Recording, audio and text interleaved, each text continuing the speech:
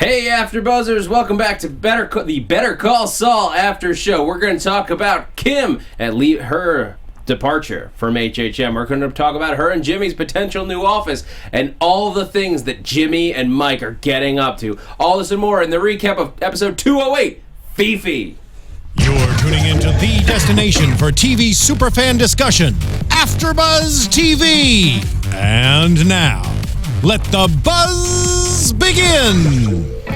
Hey guys, welcome back to AfterBuzz TV's Better Call Saul After Show. I'm your host, Zach Wilson. Tweet me throughout the week, throughout the show at that Zach Wilson.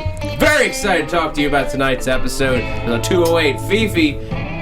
Panel tonight, Kevin Ellis. What's going on, guys? I am Kevin Ellis. You can find me on Twitter at @TheKevinEllis or on Instagram at KevinEllis25. Stephen Lemieux here. Hey guys, on Twitter at Stephen Lemieux. And Lucretia Lyon couldn't join us tonight, but you can find her on Twitter at Lucretia Lyon. Ooh, and I expect you to be able to spell it. Yeah, I know, right? All right, guys. Let's talk about Fifi. It's just a fun title to say. Fifi. It was one of those episodes where just, I don't know. It didn't really sit. It didn't stick with me. I was kind of bored. It had some great moments. Cinematically, the episode was phenomenal. Gorgeous. Storyline, the problem with the episode is if you look at all our characters where they end off last episode and where they end off this episode, they're relatively in the same place. Nobody has moved. The only thing that changed is Kim has gone through with her plan. But we sort of expected her to based on where she ended the last episode. So you're right. Mike has found a new piece of information about Salamanca. Sorry. And we've been introduced to the Regalo Helados truck. Helados. Oh, yeah. Helados. Yeah, there's no H. Helados. Yeah, there's not a huge lot of... Other than the last 5 minutes, there's not a huge, leap forward for any characters. Right. But it still has a lot, I think, Steven, as you were starting to say, it has a lot of amazing moments. It's a lot of setup. I don't expect every episode to be amazing, so I'm not heartbroken. No, I don't it's feel tough. bad. And episode 8 out of 10, the third to last episode, I think, of most shows is an episode where traditionally you are doing a lot of setup work because next episode is our penultimate. So that's going to be doing a lot of the big, event stuff. That's the final, oh my god, what's going to happen? And then 10, the finale of the season, is going to be the payoff. Yeah. One where they, really go in and they're like, this is what everything has led up to. It doesn't feel What like you've we're been only waiting for. It doesn't feel like we only have 2 episodes left. It's pretty crazy. No, it really doesn't. Because we were talking earlier how he's really going to become Saul Goodman, but I don't know. Not this season. Yeah, not this season. And again, it's steps forward. And I think it more confirms what more or less what we've been saying is that not this season, but he is getting closer and closer. And I think it's going to take it just real quick on the whole when does Jimmy become Saul thing.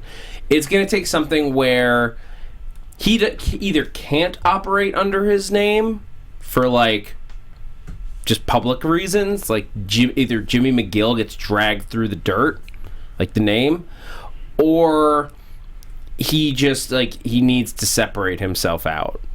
I think we all just the mask he choose that we'll have to see him choosing that mask. Right. We got kind of excited, and last episode when he was trying on the suits and whatnot, it just seemed like there was a pace to this season that was picking up a little bit for at least Jimmy's character, and it seemed as if that we were going to get there by the end of the season. It's just not looking like it at all. It seems like Kim's in a much lower place than she might have been 2 episodes ago, where there was a lot more promise in her future, and there's a little bit more ambiguity right now. We're not really certain whether or not she's going to have any clientele going into her own private practice.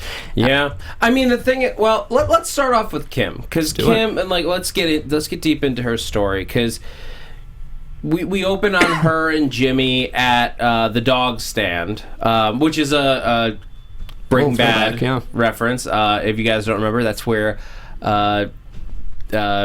that's where, oh my god, that's where Jesse, I kept saying I want to say Jimmy. Too. No, that's where Jesse bought a gun to protect himself from Tuco. Yep.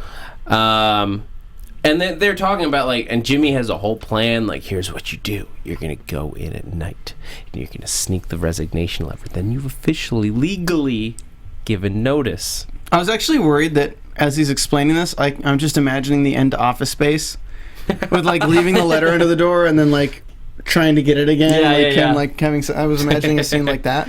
That'd be funny. But but I like the way that she did do her resignation. Like, she was, like, as she says, like, she says, I need to find a way to do this that's right for me.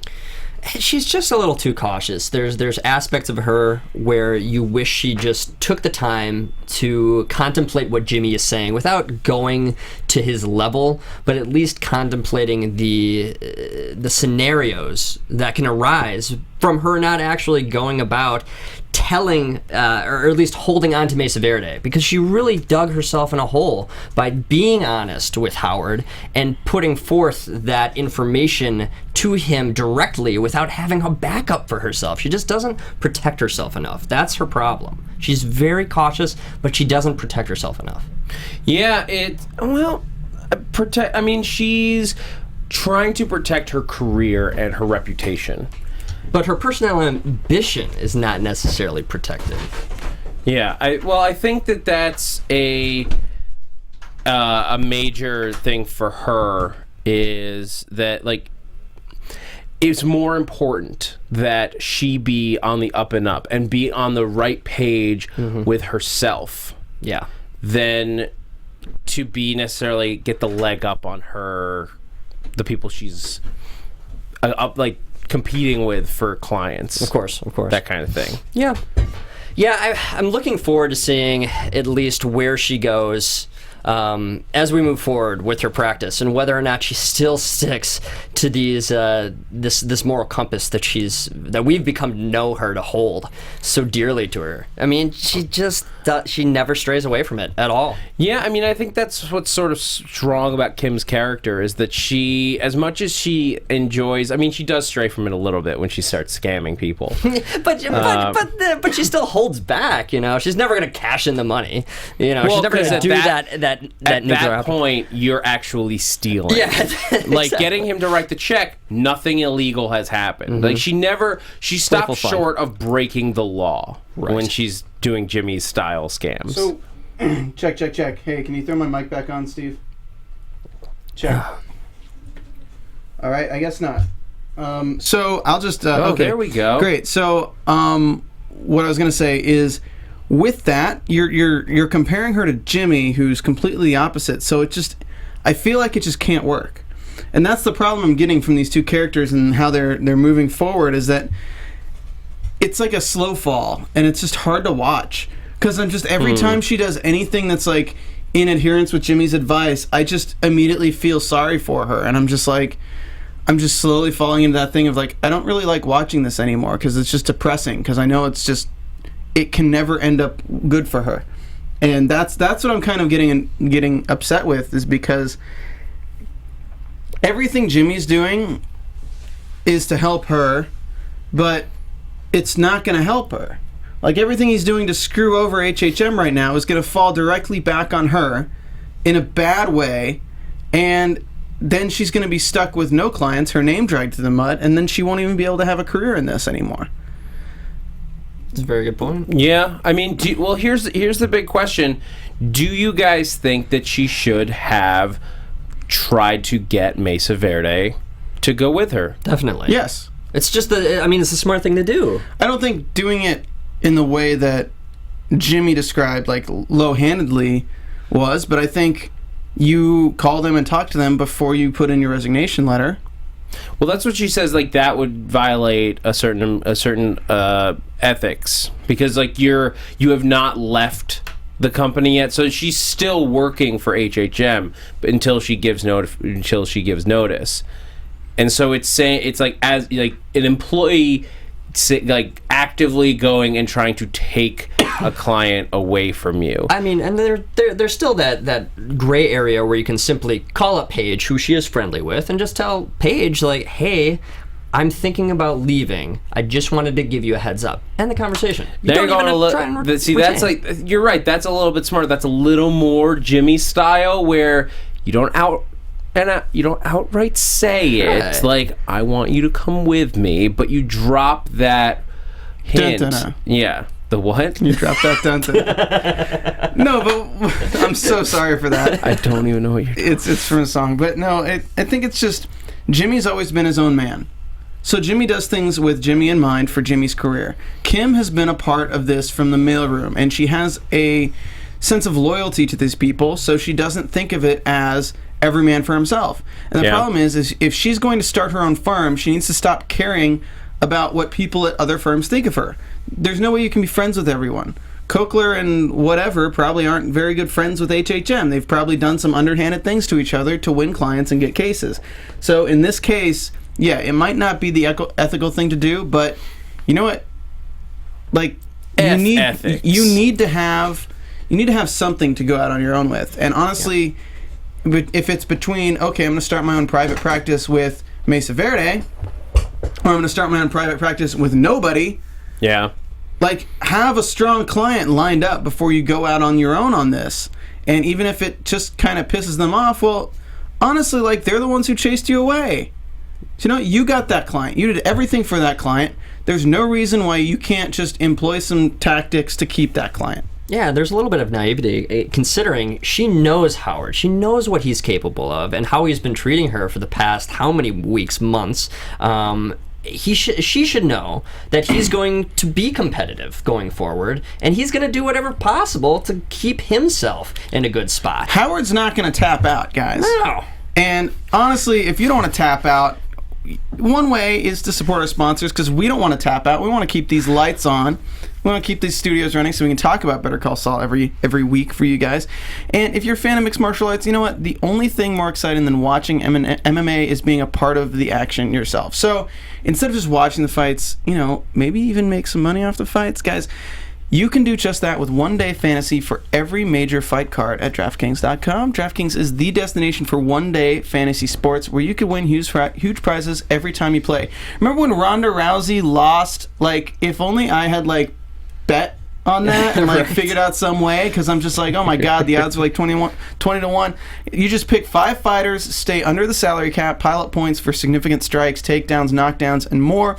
Score off against friends in a custom league or join an existing one to play for huge cash prizes all year long. Look, you already know the fighters and follow all the matches, so now your MMA knowledge can be used to make some money. This isn't fantasy as usual, guys. This is DraftKings, and as I've kept saying tap out, that's actually the code, which if you go to DraftKings.com and use tap out as a code, you can play for free right now. So why don't you win some money if you guys are fans of MMA and fights like that? I don't know I don't know anything about MMA, but I can click names. Conor McGregor.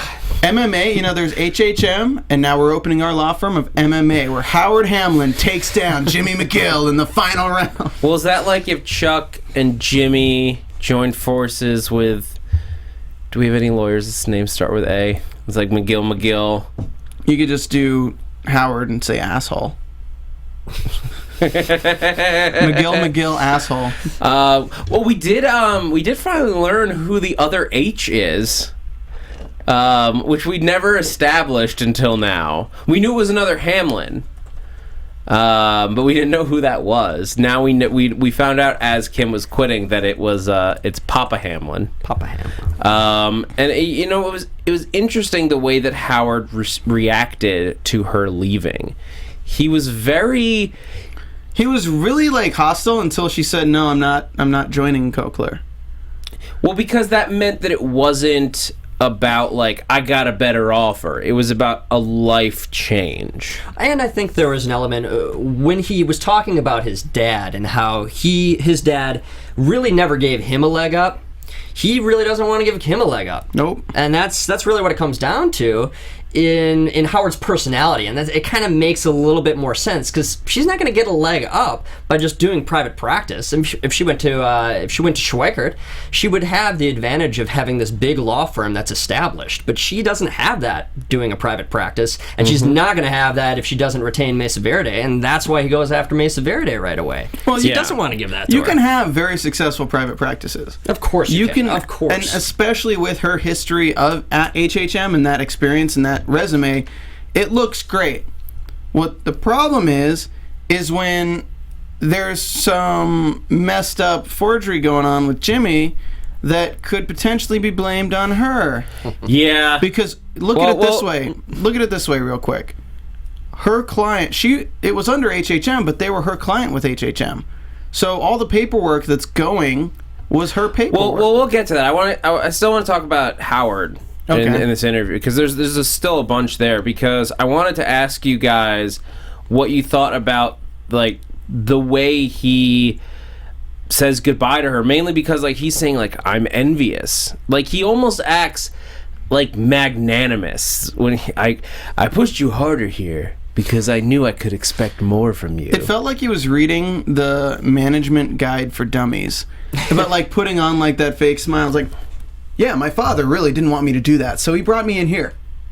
There was almost that element. Zach, the way you're hosting this show, I really appreciate it. I would do this thing better, but when you say thanks for gigging out with us, I really feel appreciative of your thanks. Like it's just like it was the way he said like I pushed you harder because I could expect more from you. Like the sentiment of like I pushed you harder because like you're a better lawyer than most of the other people here. All right, great. Except the way that you pushed her was to punish her for something out of her control and take away everything she had done, even when she bagged a massive client for you. You continued to just put her in the shit heap. Did you have to say shit heap, Zach? Yeah, I did. Okay. Well, I'll pose the question, do you think, and to kind of go along with what we said earlier, do you think that Howard can accept the fact that she's leaving simply because he knows that she's just starting up this private practice from the ground up and that she's not joining a law firm? I think it's easier for him to swallow because he's not losing her to a competitor. Mm-hmm. He's losing her to like a different way of practicing law, something that like, and I think there is some truth to what he's saying, that he sees the benefits of this, the excitement of being a sole practitioner, being your own boss. Like even though he is ostensibly the head of this company, he still has to answer to Chuck, to his dad. Like there are other partners that he can't just move unilaterally and do whatever he wants. Well, there's some sense to that, but there's also a sense of he didn't expect this, in the fact that a lot of bosses will push people around and treat their employees like crap because they know their employees are never going to stand out to them and quit. So the fact that Kim is actually leaving is like, without Jimmy, she probably wouldn't be leaving, and she'd either stay there for another 10 years and be partner, or she could stay there for 10 or 20 years and just be continually treated like crap. So we don't know what his original purpose was, or if he was even thinking of like, maybe he had taken her off the partner track and didn't tell her. Maybe he was, like I said earlier last episode, testing her and was going to make a bigger move with her later. Unfortunately, testing her loyalty. Yeah, unfortunately, from this conversation, you can't really tell what his motives were. Well, I think he's a smart enough person not to betray it. Like he doesn't want to. Like he's in a certain position of power. It's still at this point where I wonder if he's at all expecting her to crash and burn and come running back. And I bet you part of him is like preparing for that as well as a possibility. Yeah. Not that he necessarily thinks that she's going to fail, but like he sees it as possible. Anyone going out on their own has a big likelihood to fail. Now she's got a nice buffer zone, as Jimmy points out later, that like if she hits on hard times, he's there to pick up her slack. If he hits on hard times, she's there to pick up his slack. But I think Howard is preparing for that. Do you think he would accept her back? Should that happen? I mean, I honestly see that happening and him offering her a mailroom position.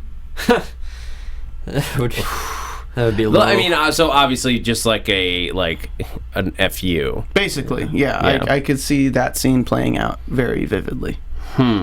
Interesting. This is interesting. Mazzano Blue, who's joining us live in the chat roll, says Howard wanted to take credit for her success.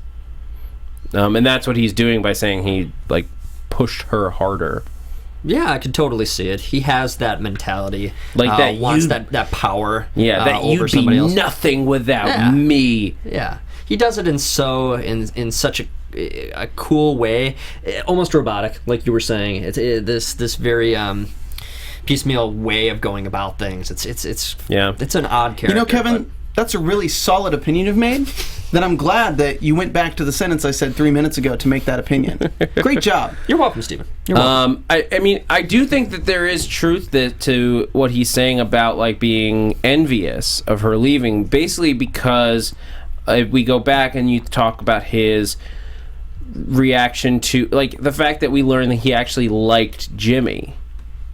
That he now not so much, but that's more about the things that he's done since he left. But Hamlin liked his attitude, his I'm just gonna do my thing. He liked. There's a certain sense of he appreciated that. He couldn't express it because of Chuck, but he did like it, and I think that maybe he's seeing that sort of Kim sort of taking on a little bit of that, and he wishes he could live that life of freedom, but he can't. You're right. He's locked into this very corporate style of law. There is a possibility that Howard is kind of a product of his father, in that he's just felt so controlled his entire life that he feels as if he can't stray away from that control in his own life in order to find any bit of success. It's like if he gets off the rail line and goes out, if he goes off the rail and does something different,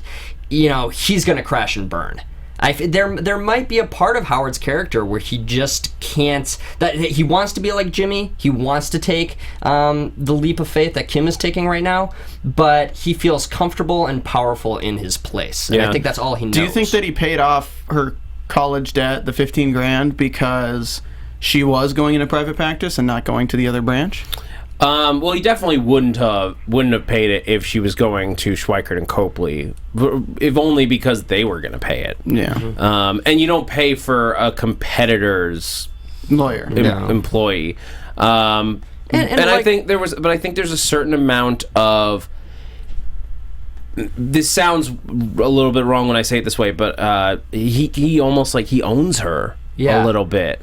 Wants to make her feel indebted in some way. Yeah, she worked off everything up until that point. Absolutely. She busted her ass for HHM, but that last $15,000 that she had left is now a gift from him. I'm almost surprised he didn't hold it over her head during with the whole Mesa Verde thing. Drop this or I'm not gonna pay for that school. And $15,000 is a lot of money for somebody who's just starting their own private practice. Yeah.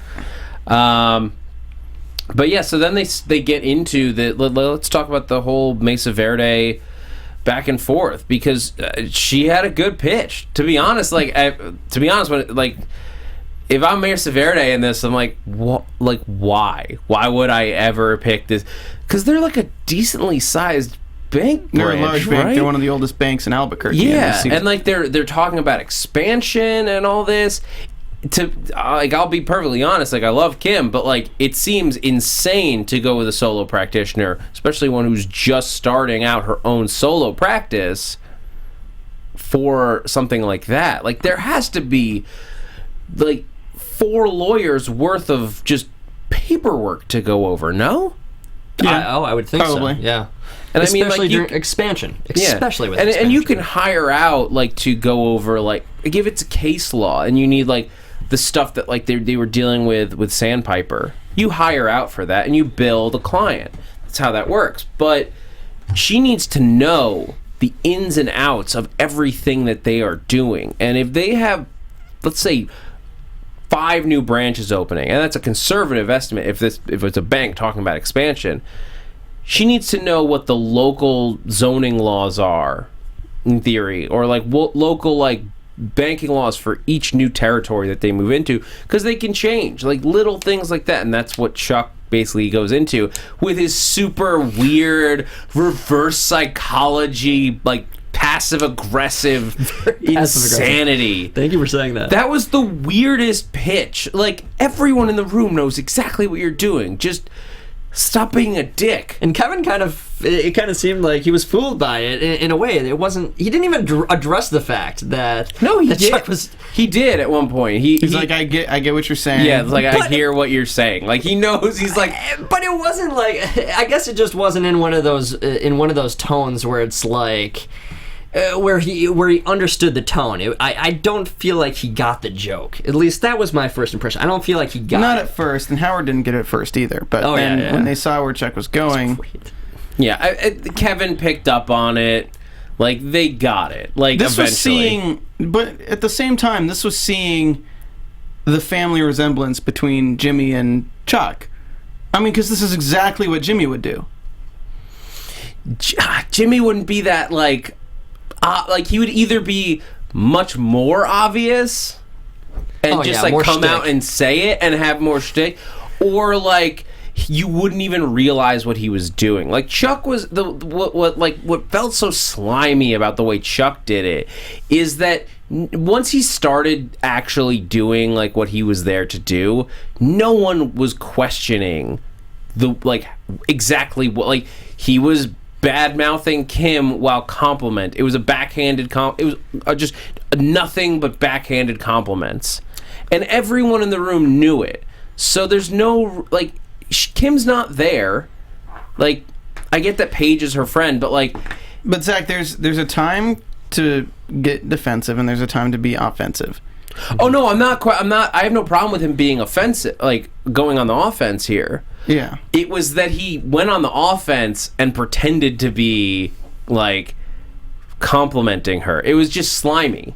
I felt like... if he just come out and said, like, I know bank law better than she will in 20 years. They wouldn't have listened to him. Right. They wouldn't have.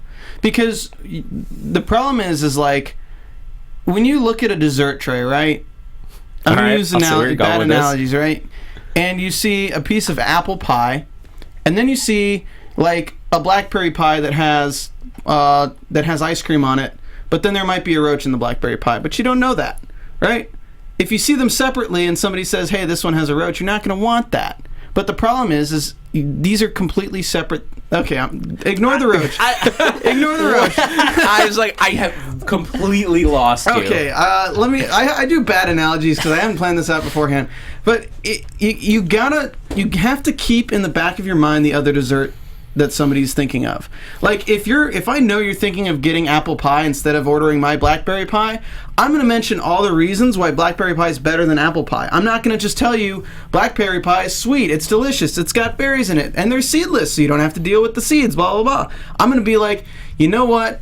My blackberry pie has an amazing buttery crust that the apple pie just can't compare to. My blackberry pie is sweet and tart and delicious, and the apple pie, it's great, but you know what? Sometimes you've been having tart meals today. You don't really need all that. But that's the thing, is like, that's not what he did. What he did is like, yeah, apple pie is like the right pie for you. It's great, it's wonderful, but like, that blackberry pie, like, it's got like all these nutrients, but you're gonna love the apple pie. It's like, you're 23. Chipotle's the right burrito for you. You don't care if your underwear gets messed up, Chipotle's fun. Again, with the South Park.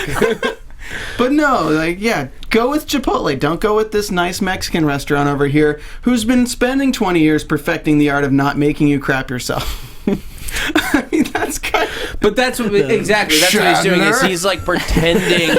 He's pretending to be on her side, and it's like, again, everyone knows what he's doing. It's a slimier way of doing it. If you guys are coming confused by these analogies, I'm sorry. I kind of like went off the rails. It's great. I think it got slimier when Howard got involved. that's when it really seemed grotesque. It just felt like they were really lowballing them because now you got another guy in on it. It just felt so much worse. Yeah, I mean, look, when you've got a big piece of squat cobbler, you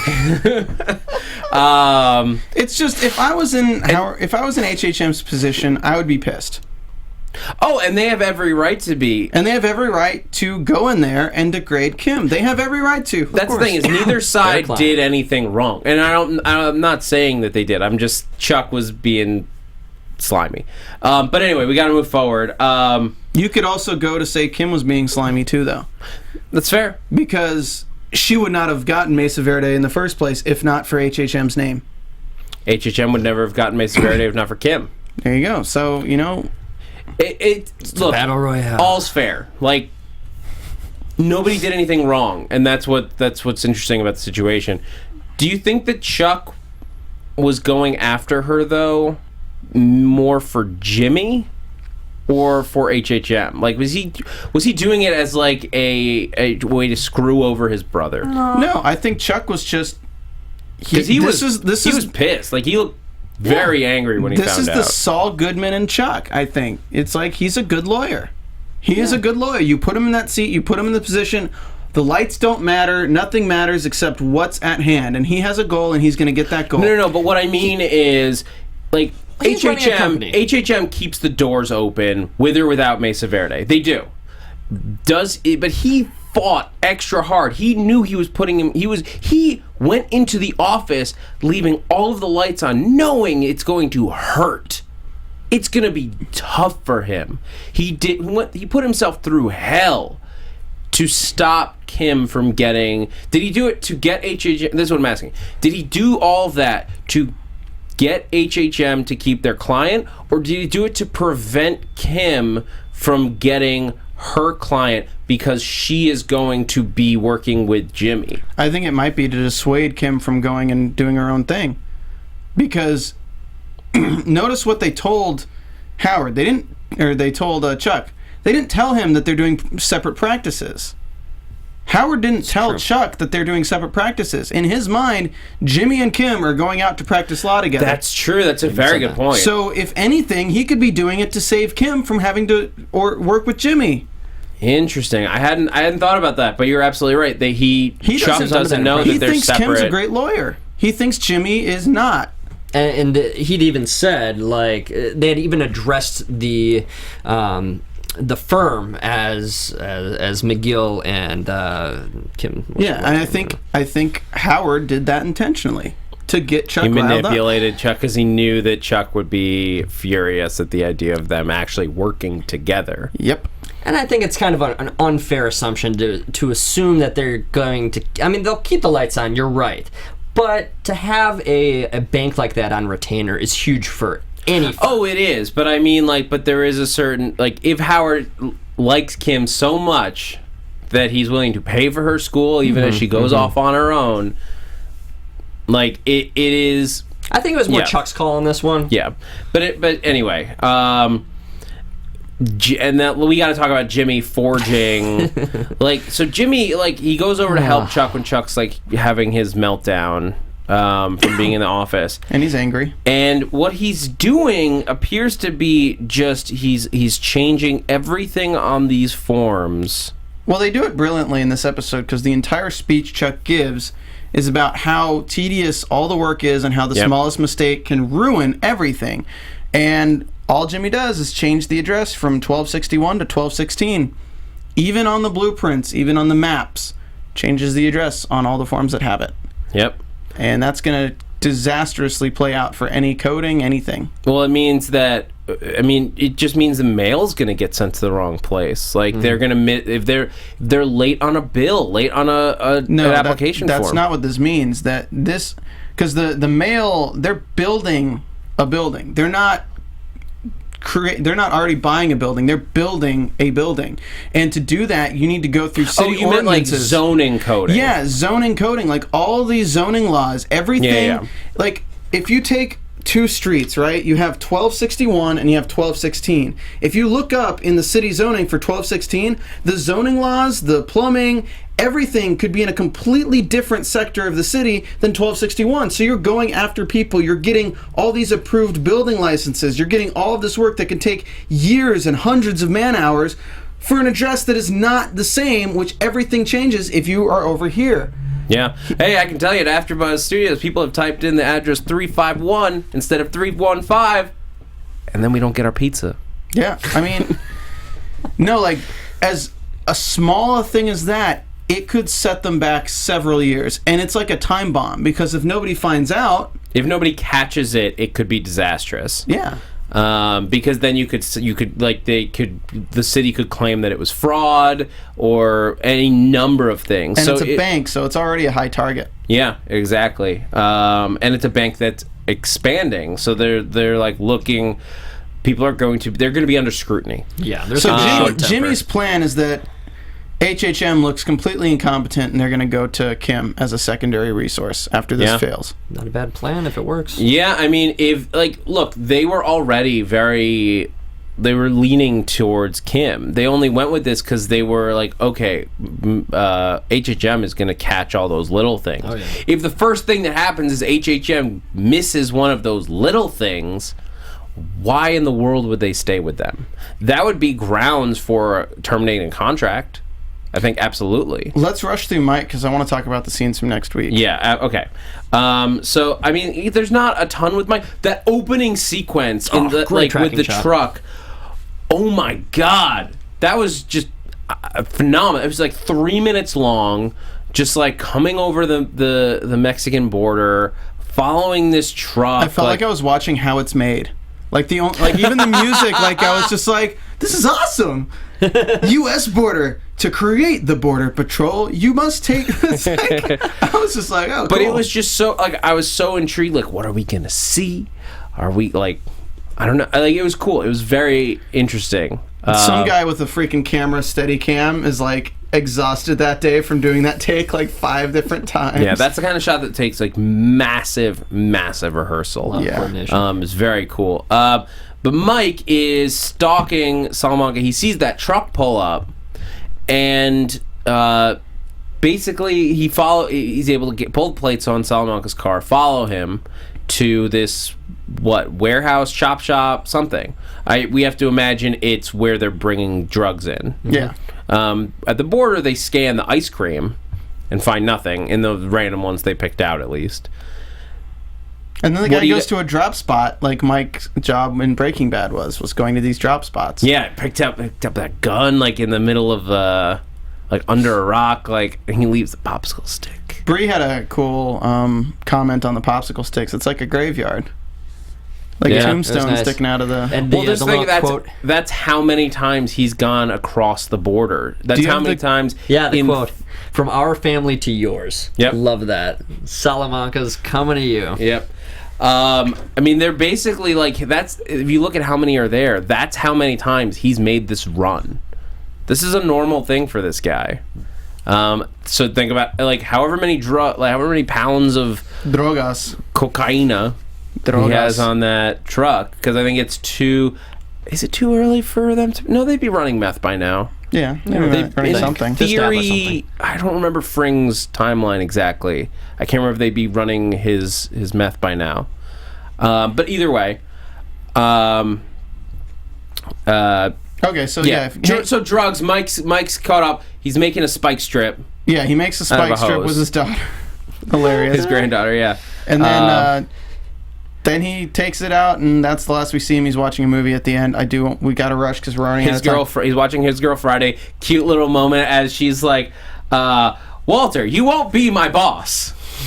And Mike's watching this. That's pretty funny. Walter White's not going to be his boss. And then we go to Jimmy, who is getting a photo shoot set up with Fifi, the B-32 bomber. Chick, Yeah, it was a with cute Fudge. Fudge. It Theodore was, Fudge it was a Talbot. cute little subplot that, like, I'm sure we'll get more of in the next two Public episodes. masturbation. Yeah. Theodore Fudge Talbot. Weird. Yeah. Super weird. All and right, get the dolly, the wheelchair. Yeah. Hey, wheelchairs make good dollies, man. I don't know about on pavement like that. It's look pretty bumpy, but they are effective. Anyway, I think we'll see more of this commercial as it comes further to fruition. And as this eventually leads to a wrapper of the U.S. Constitution behind him. All right, so I want to do some news and gossip. Are you going to talk about the thing that I think you're going to talk about? Yeah, I think on Twitter. This is technically spoiler territory in a way. Potentially. Well, it's gossip. Okay. Because it's like, I don't know. I have no way to confirm this. But Dean Norris tweeted a photo of him and I don't know his name offhand, but the actor that plays Gomi in Breaking Bad. So Hank and Gomi on set at Better Call Saul, episode 20 blank. They were covering the episode number. There's only one more 20 left. Right. So in It's like theory, 2010. so it could have been a set visit. Or it could have been Hank and Gomi are going to be in next week's episode of Better Call Saul. Yeah. pretty cool. We'll see. I don't know. Could be really exciting. Could be. I think that Hank's plan is to get... not Hank. I think Mike's plan is to get the DEA involved to bust them. I think he's just gathering intel so he can set something up to have them busted. It was interesting because when the guy had the gun and he was delivering, I thought it was going to turn into Hank saving Salamanca's life and then Salamanca offering the job. But then seeing how the episode went, no, it looks like... I mean, Mike saving. Yeah, Mike saving Salamanca. But now it looks like Mike's probably going to call in like a SWAT on them after their truck spikes, falls over, and the drugs are everywhere. Because all it would take is Mike calling the cops on a truck full of drugs spilling out on the highway as the ice cream is melting. Yeah. And you get Hank and Gomez out there eating the ice cream, being like, "So what do you think?" Like, I don't know. I see that working out. That's a good prediction. I like it. Well, let's do an official round of predictions while we got a minute or two.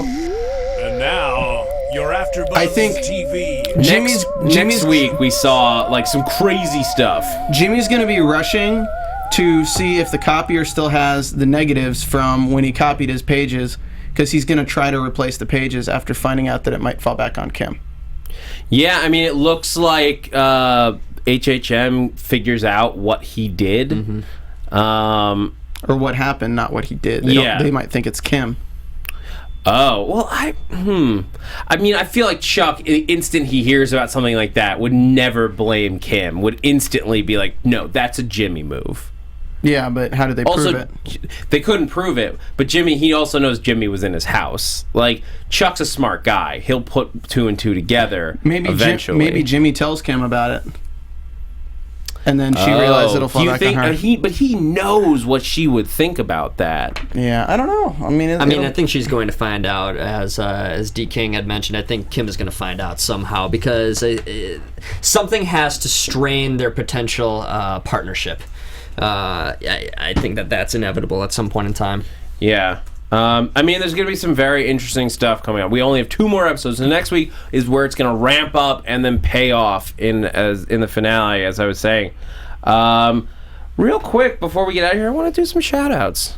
Okay, if we could. We have like no time, negative time. Well, I just want to thank someone who reached out on Twitter who's been watching the show. Brandy Batchelor and her husband Steven are joining us live in the chat. Different Steven. Oh. I know you're not in the chat. I am in the chat. Well, somebody heard my neck crack. You're They thought chatting it was with gross. us live. Yeah. Yeah. But Brandy and Steven, thank you for reaching out. Thank you for watching the show all season. We appreciate it. Thank you to everyone else in the chat roll. I don't have time to name you all off, but I think that's going to do it for the Better Call Saul after show here at AfterBuzz TV. Thank you all so much for joining us. Steven, why don't you... I know I push you guys to follow me on Twitter a lot, but it's because I know you can do it. Follow me on Twitter at Stephen Lemieux. Kevin Ellis, the Kevin Ellis on Twitter, Kevin Ellis 25 on Instagram. Guys, find me on Twitter, Instagram, and now YouTube. Help me in my quest for 1,000 subscribers on YouTube. That's Zach Wilson, ThatZachWilson. We have been the Better Call Saul After Show, and thanks for geeking out with us. From executive producers Maria Menounos, Kevin Undergaro, Phil Svitek, and the entire AfterBuzz TV staff, we would like to thank you for listening to the AfterBuzz TV network. To watch or listen to other after shows and post comments or questions, be sure to visit AfterBuzzTV.com. I'm Sir Richard Wentworth, and this has been a presentation of AfterBuzz TV. Better call you later. The views expressed herein are those of the hosts only and do not necessarily reflect the views of AfterBuzz TV or its owners or principals.